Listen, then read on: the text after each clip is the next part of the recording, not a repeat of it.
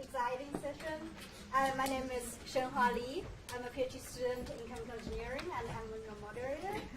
As you may have heard from previous sessions, that women in C-suite in every U.S. industry, the percentage is much lower than male counterparts.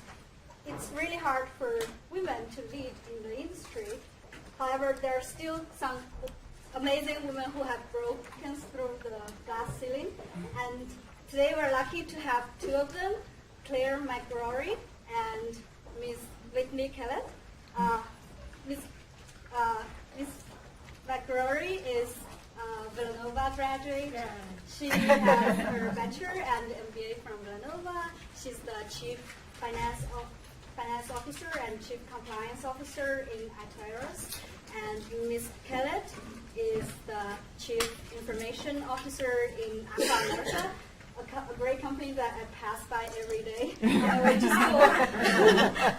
Last but not least, we have Erin Everland. She's a journalist in the Philadelphia Inquirer.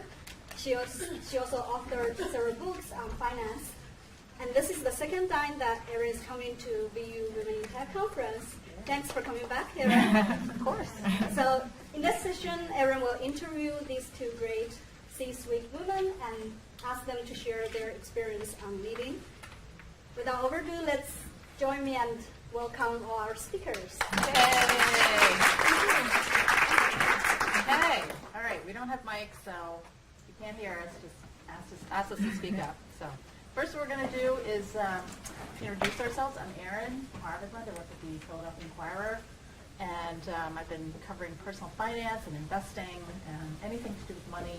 So if you have any story ideas, after me afterwards. And then I'm going to give these lovely women the opportunity to speak for 2 or 3 minutes. Just tell us a little bit about what you do, how you got to the C-suite, and what you do there. Great.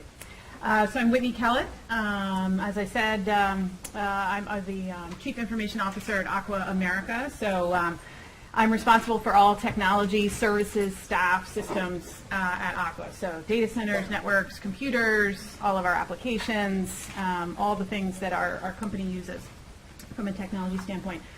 I would say my road to the C-suite was a bit unconventional. I was never a programmer. I was never a DBA. I was never a server admin. I was never a core technologist per se. I do not have a degree in technology. I have a degree in economics from the University of Virginia.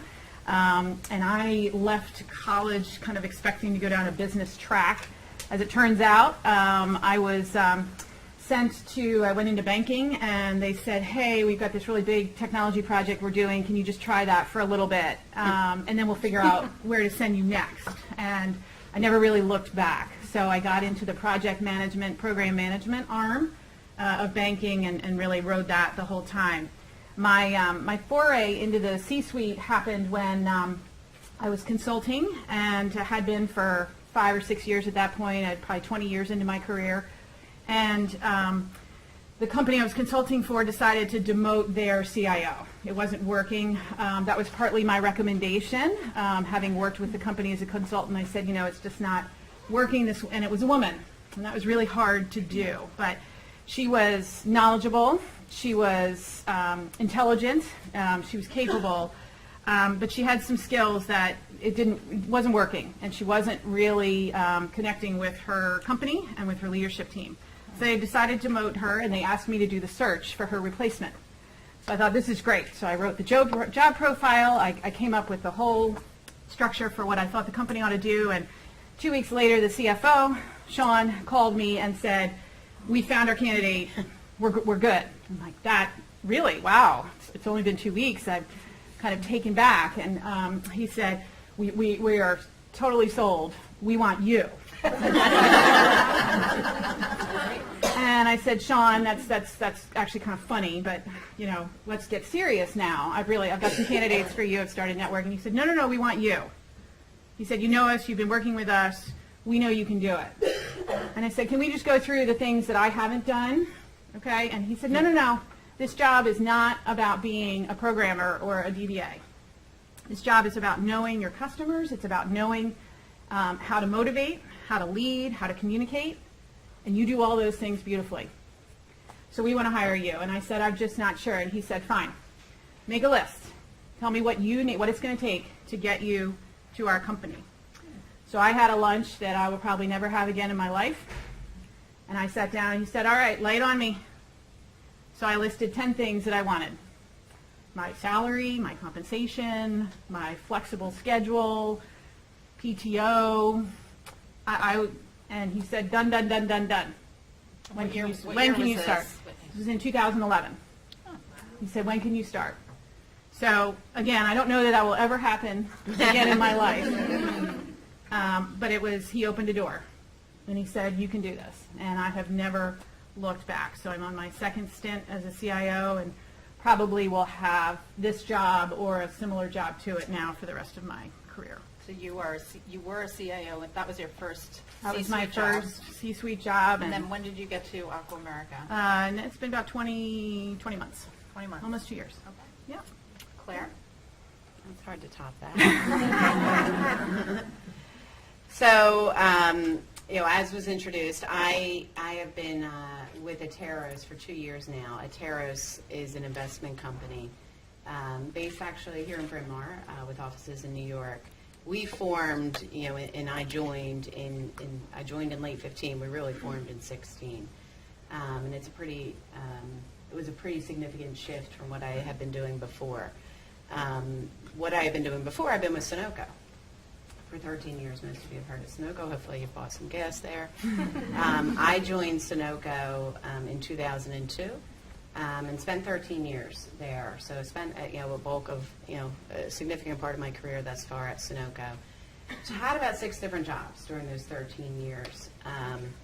To kind of, without giving away probably all of the answers to questions that I'm guessing Aaron will ask, and to answer the question at hand, we went through significant shifts and transformations, and that's really that, and the experience I had gained throughout my career at Sunoco led me to the opportunity to take on the CFO role there. So that was my first foray into the C-suite, and it was a whole lot of chaos and tumultuous environment that led to that.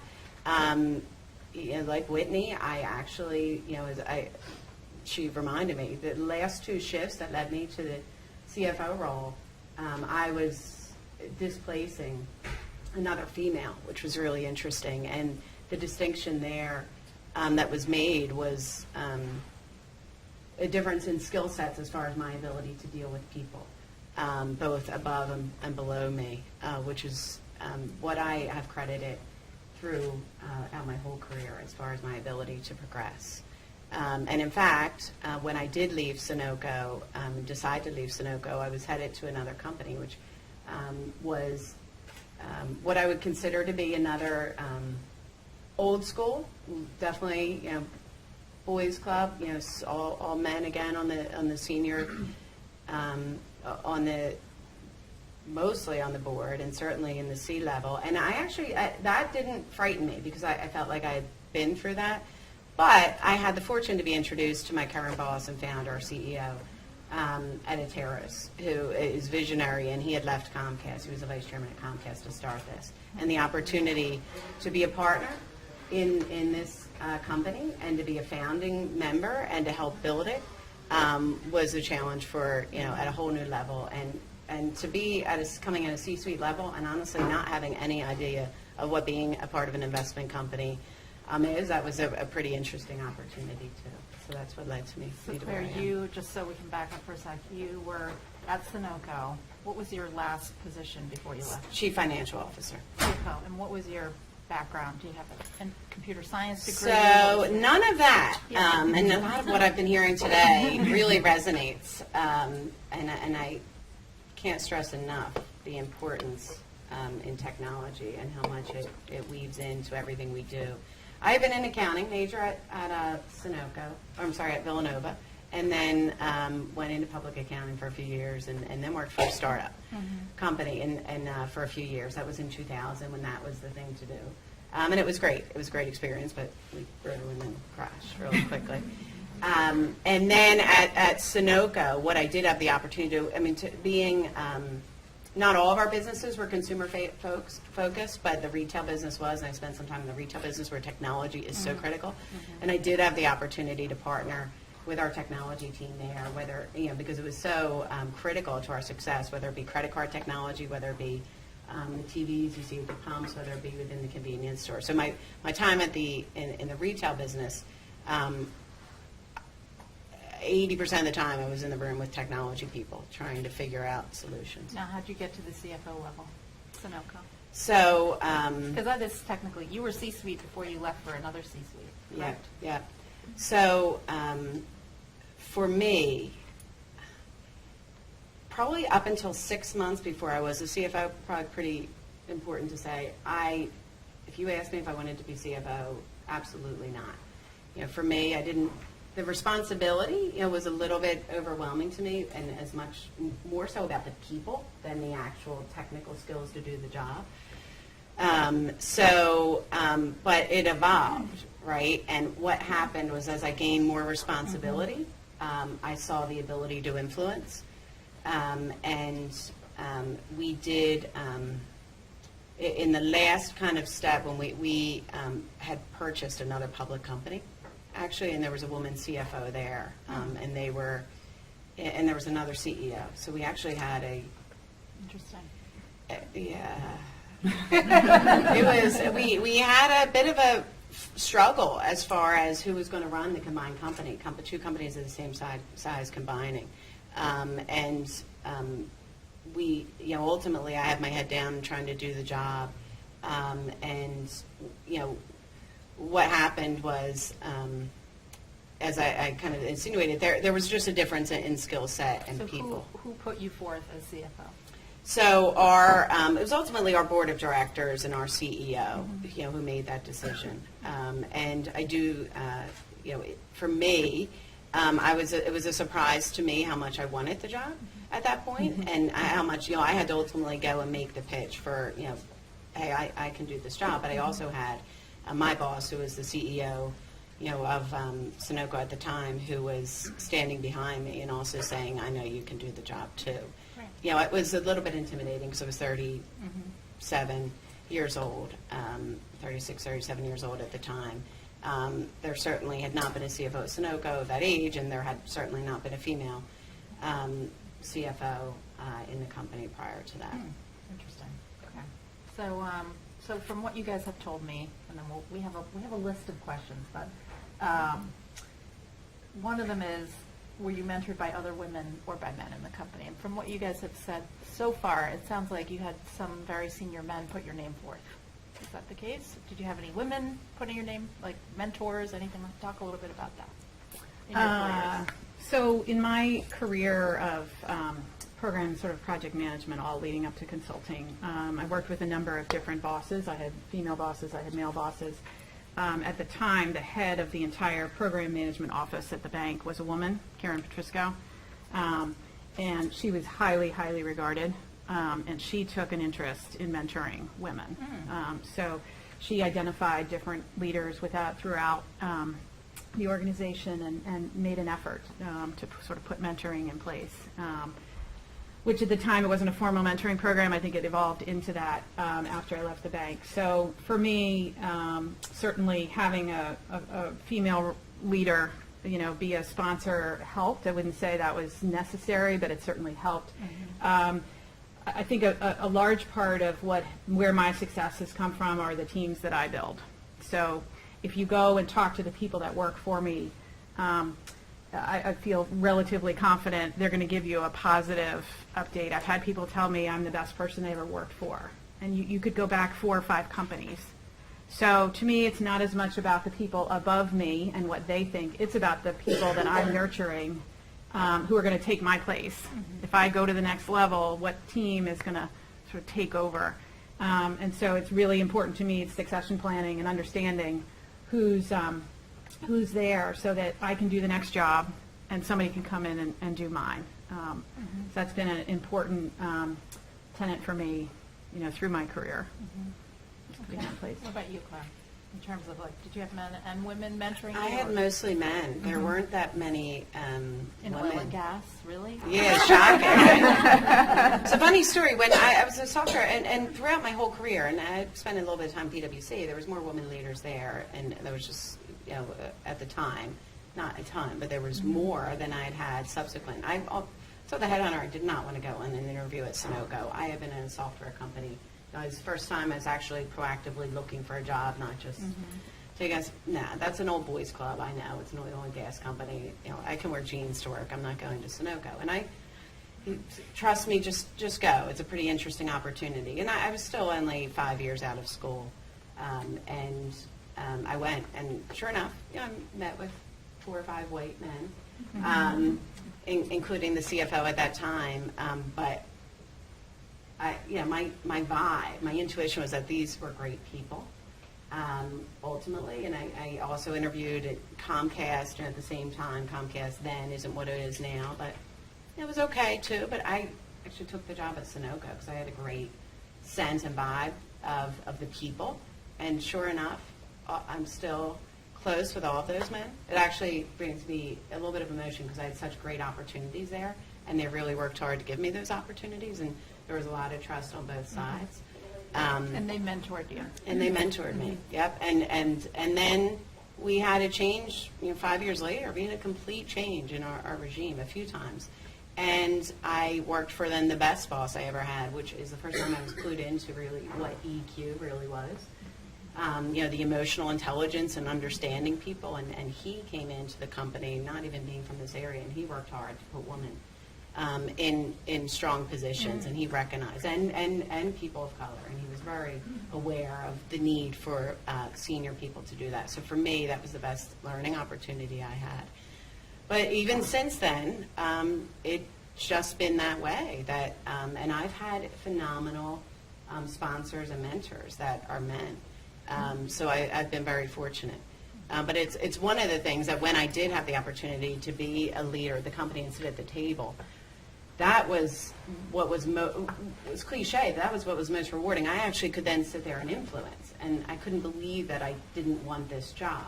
Because the technical stuff, and yes, dealing with people can be difficult, but dealing with people, that was the most inspiring part of it. And as Whitney said, then the opportunity to bring those people up and show them, that these opportunities are there for them too. I will share one experience. I think one of the things as women, and maybe there's a question, so forgive me, but as women in leadership roles, exuding a level of confidence is very important. I went to a conference at a well-known company whose name I will not share, but it was a technology conference. And I showed up before I'd gotten my badge, my identification. I walked into the room, and a gentleman turned to me and he said, "Oh, good, you're here. We're out of roles." Wow. He assumed I was an event planner Wow. or part of the wait staff that was working the event. So I said, I think you have me confused. I don't work for the hotel. And, oh, okay, right. And later we did introductions, and he could not look me in the face when he realized his mistake. But that bias is still very much out there, and we have to exude a level of confidence that we are supposed to be here. It's not it's not by dumb luck that these things happen. We earn the right to be in the room and be in the conversation and be at the table, and we have to exude that. And you will come, if it hasn't happened to you yet in your careers, it will, that those misunderstandings, and it's important to move past it. You're so polite. But don't. It was a difficult moment because I was so taken back, and I thought I'm a chief information officer of a publicly traded company that makes millions and millions of dollars. And the assumption was, you carry the bread. You're going to fill my water glass. So. Claire, has that ever, any stuff like that happened? Yeah, countless times. Tell us. I don't even have a specific, but and the confidence component that Whitney stresses is so important, and Yeah, you have to fake it sometimes, and that Fake it till you moment can make be it. startling, so startling. And it is how you portray yourself, and not, oh, I'm so sorry, I don't bring the roles. There's no need for an apology there from Yeah. your Don't side. You know, apologize. you have to bite your No You tongue. didn't do anything wrong. Don't apologize. Take it out of your vocabulary. For sure. So none of the specific examples come to mind, but it rings so familiar. And coming into a room, and whether it be a board meeting or anything else, and especially when I was making this transition, you've heard this before. It's like, well, wait and see, is there going to be a seat for me? You know, you have to sit down at the table and don't sit along the outside of the room. That was a critical learning for me when I was coming up. Great, okay. So we want to leave time for questions, so we're just going to have a few more things. So we have it's kind of like, I would call it a pivot point in time right now. We have, like, the Me Too movement is happening. I don't know if anyone saw the story about Steve Wynn yesterday. Who has not heard that story? So Steve Wynn, who is the founder of Wynn Casinos, was a big story in the Wall Street Journal yesterday. You guys can all look it up right now. That basically he's been sexually harassing employees for decades and getting away with it. But the difference with this story was that yesterday the stock price dropped 15%. So we're actually starting to see like some monetary fallout from the Me Too movement. It's not just a social movement now; it's now a financial movement, I would say. So maybe you guys can, talk about, either things that have happened to you, that would qualify as a Me Too moment, or, that you've had women in your companies or various employees of yours who dealt with that. So I'd have to say I don't have a clear, concise, defining Me Too moment. And maybe I am extraordinarily lucky. But I have not been in a situation where I felt somebody took distinct, sort of noticeable advantage of me, whether it's a power play, boss and subordinate, a peer, some kind of threat or inducement or whatnot. That said, as my earlier story relayed, there's a distinct belief that women are in certain jobs and not in others. I have worked in technology my entire career, and that's a male-dominated field, as we all know, and I've also worked in utilities and oil and gas. So do the multiplication of that, okay? And there are probably a handful of CIOs in the country that fit those two criteria, technology and oil and gas. So the room is always filled with men. For the most part, I think people are respectful. Every now and then, though, you hear comments. I was in a presentation. A vendor came in to present their solution, their capability. They had the president, they had their sales guy, and they came in with the slides and the whole bit. I was in the room along with a couple of others, and I was the only female. Been there, done that. It's fine. At one point during the presentation, the man said, well, let's just cut to the chase. I mean, between us girls, this is really what you guys should do. And I looked over and I said, did you really say that? You're trying to sell me something? And you're going to use that? And I'm not sure if he realized it in the moment. My colleagues, were... I could see them sort of grab their chair like, oh boy, you shouldn't have done that. You're never coming back in this store again, so enjoy the rest of your visit. But it's still, it's out there. It's out there. So, I think what's important is if you witness something, if you see something, if something happens to you, speak up. Speak up immediately. Like, it's like with kids, right? They do something wrong. You can't, reprimand them 3 days later. It's gone. They've forgotten, right? This is the same with adults. I hate to say it, but we just haven't matured that far. So if somebody makes a mistake, you've got to deal with it right then and there and say something. Now, maybe in the meeting you're taken back and you're not ready to, but collect yourself afterward and deal with it and say it. If you let it go, you're agreeing to it. Okay. You're learning to say know that's not acceptable in the moment. In the moment. No message is compliance. No Right. message is, okay, I'm okay with that.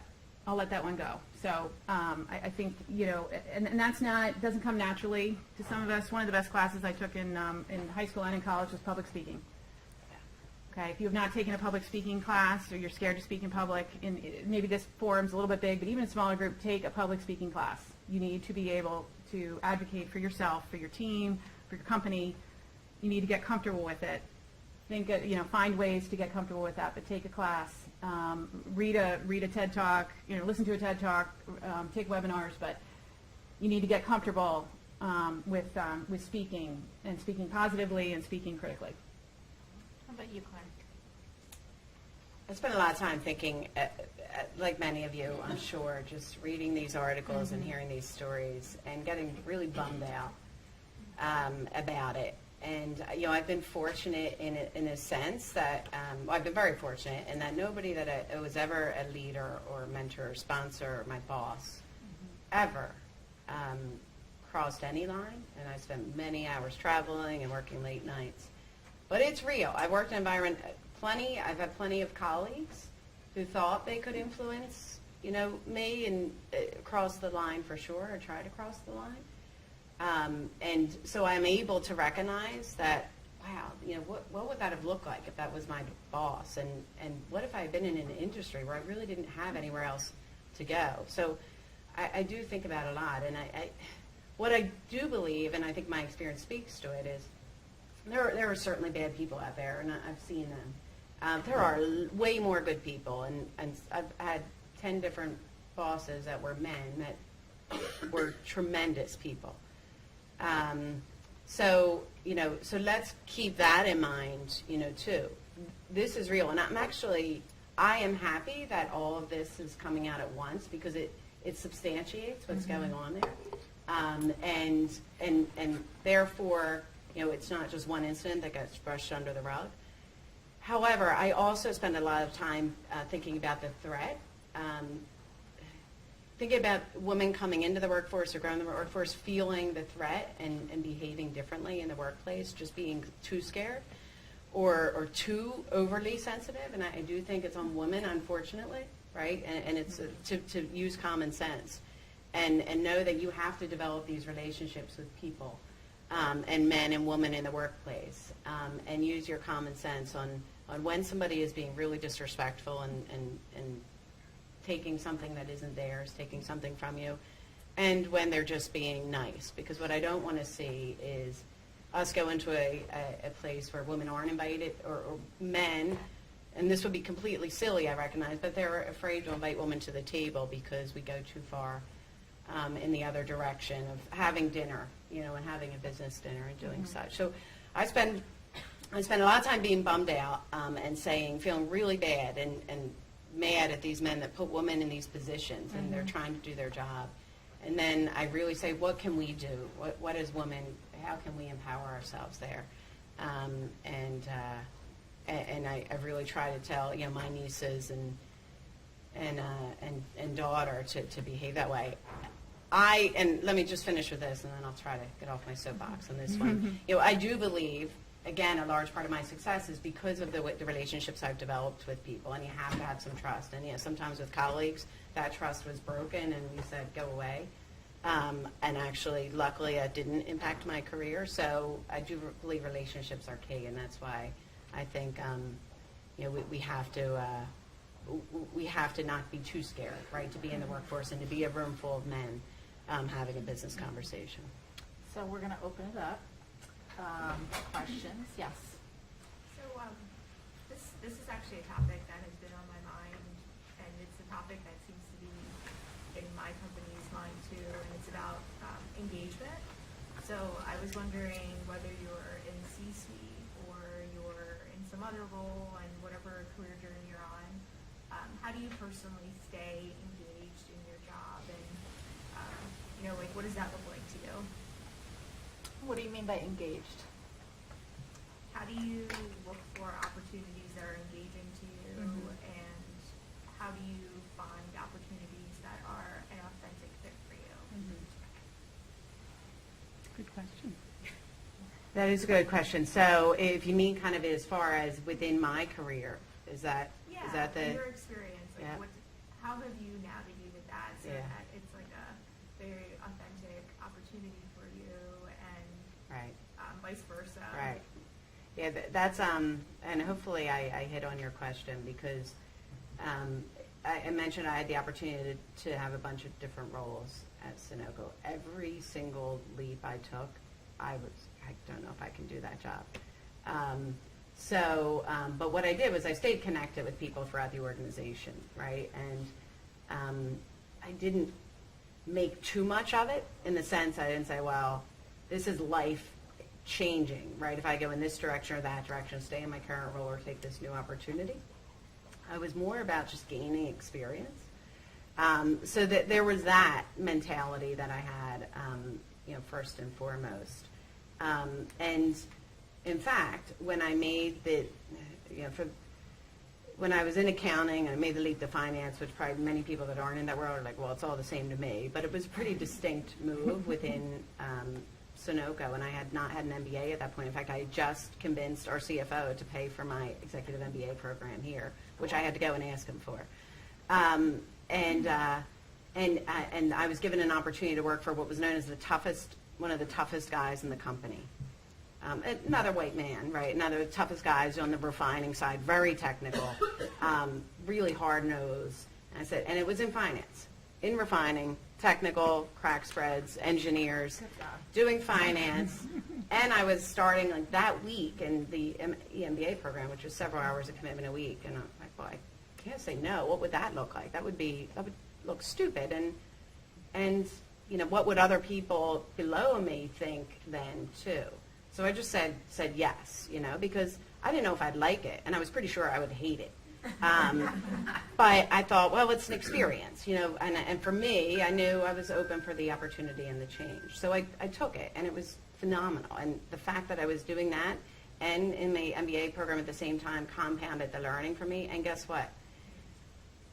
I'm super good friends still with the guy I worked for. He was a complete teddy bear. He just put on this front that he was a hard-nosed person, but he gave me one of my toughest reviews actually that I ever had, after first year, because again, I was in a whole world I didn't know. We sat down, and by the way, we were at an offsite at a bar having a drink, so that was completely fine. And he said, let's talk about your first year. He's like, you're making the donuts. You're getting that done. It's like, and he's like, and that's great. That's fine. But, this is now your year to step up. You now know what a crack spread is, and you know a little bit about what an IRR is now. So this is a great opportunity for you. And he lifted me up a bit. But that was actually my toughest review. He said, you're getting the donuts made. But beyond that, he wasn't overly impressed, but he liked me as a person. And that changed in the next few years where I was able to grow into the job. But getting back to your question, for me, it was about taking on that next experience. And the same thing with coming to where I'm at now. I was in the last step of taking another job, another public company CFO job, and I was introduced to my current boss. And our company is structured like a PE company. I'm like, I'm a PE, no way. That's private equity. Private equity. CFO of PE, no way. It sounds awful, but I met with him. We hit it off. He told me what he was trying to do, his vision, and a lot of people thought I was crazy to go with him in this, startup type brand new venture. But I trusted. But a lot of people said you're doing the right thing because he's a really good person. He's proven himself. He's a leader. You'll learn a lot. And so for me, it's a lot of following my gut. I think quick answer. So I'm a big believer in understanding yourself and what you're good at and what you're not good at. I love personality tests, taken all of them multiple times. For those of you who know Myers-Briggs, I'm an ESTJ. Okay, I'm a type A, so I like results. I like to get stuff done. I like to fix things. So my CIO jobs have been fixing companies where IT is broken. When I came to my first company, it was broken. The leader, again, got demoted, wasn't getting it done. I came in and fixed it. Aqua brought me in to fix IT. If Aqua said, hey, we've got a well-oiled machine, IT's running really well, we just need you to come babysit it, I would have said no. Because I don't like to babysit. I mean, I love my kids, but I'm not babysitting yours. So I like to fix. Now, the question for me will be, what happens once I've fixed Aqua? Right? I love Aqua, so I'm probably going to stay a really long time, but I like fixing things. So for me, I found jobs where I could fix, because that plays to my personality and I enjoy that. It's harder, but I like that. It's not for everybody. So it sounds like you guys have a couple takeaways here, which is, one is like kind of fake it till you make it, right? Don't hold yourself Leap. back like Leap. saying, oh, I don't have Take that that leap. degree or this specialty. Just be like, yes, I'll do it. And then the second thing is, to your point, like, know what your own strengths Yeah. are. What are your strengths? So Whitney, you had mentioned early on about succession planning. Can you both kind of share a little bit about what that looks like for you? So I'm a huge believer of doing the job that you want to have. So if you want to be in the C-suite, you need to demonstrate that you're already there, that you can do that job. And in order to do that, you need somebody on your team that can do your job. So I think it's important as you build your organization and you look at the types of people that you're going to hire, you need to be thinking, who's going to take my job when I get promoted? And so when I joined Aqua, I had really only 3 directs. I needed 6, so I went out and hired 3 more. And right now, 4 of those 6 could take my place. Now, they're at different places in their career. They couldn't all step into it evenly. And they might argue, well, hey, we can all do it, right? All 6 of them might say that. But I'm working with each of them to get them ready so that if I were ever to leave or take a new position with Aqua, they can step in and do it. And so I think it's very important. If you want to be, if you're today, you're a server administrator and you want to manage the server administrator team, you need to show that you can do that. So you need to volunteer for activities and tasks that demonstrate your ability to manage and to lead a team, because then your boss is going to say, oh, okay, I see potential, and I see that person could do that job. That's really, really important. Do you have a question? Yeah. How do you deal with like repeating or mansplaining if you know? Or do you just ignore it? So tell me more. I've heard of it. Repeating is when you're in a room and you're explaining Ah. something, and then your male counterpart explains the same Yeah. thing, but everyone kind of perks up and understands it. When Yeah. explaining is not what you do. Right. Or I guess mansplaining is when you say, or when a man tries to, or a male tries to explain something to you that you've kind of either just said or that he doesn't think that you understand, even though it's your area of expertise. It happens all the time. Yeah. And it happens on both sides. I'd say both genders, but I happen to work mostly with men, so I do see that. It's for me, if it hasn't been a repeat occurrence for the people I work with regularly. I'm trying to think about, I'm not a perfect person, so it annoys me. And I've probably gotten a little bit annoyed and had a conversation with a little bit of annoyance at times. It's not the right thing to do.